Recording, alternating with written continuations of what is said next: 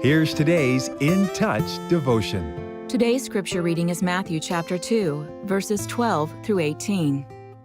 And having been warned by God in a dream not to return to Herod, the Magi left for their own country by another way.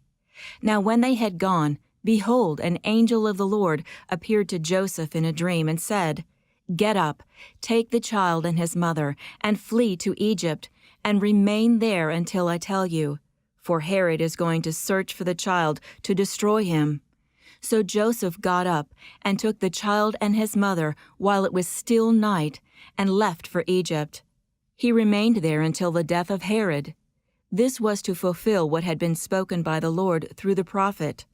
Out of Egypt I called my son. Then when Herod saw that he had been tricked by the Magi, he became very enraged, and sent and slew all the male children who were in Bethlehem and all its vicinity, from 2 years old and under, according to the time which he had determined from the Magi. Then what had been spoken through Jeremiah the prophet was fulfilled.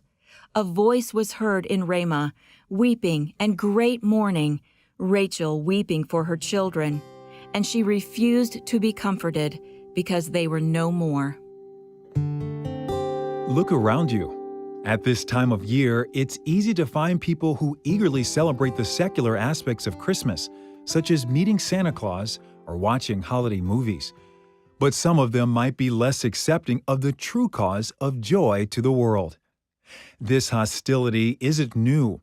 Herod was angry when he realized that the Magi hadn't returned to share the location of the King of the Jews.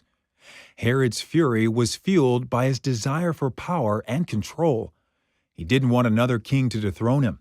Perhaps some people today scorn the celebration of Christ's birth for the same reason. They don't want anyone else ruling their life.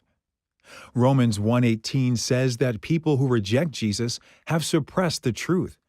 Others won't come to the light for fear that their deeds will be exposed. However, we shouldn't assume salvation is impossible for someone who is hostile to Jesus. After all, Paul persecuted the church until his conversion, and he became one of its greatest witnesses. Sometimes people who push back against the true meaning of Christmas may feel like a lost cause. But remember that no one is beyond the reach of Jesus. So make space in your heart for those who don't know the Lord, and pray that they will be open to seeing Christmas in a new way.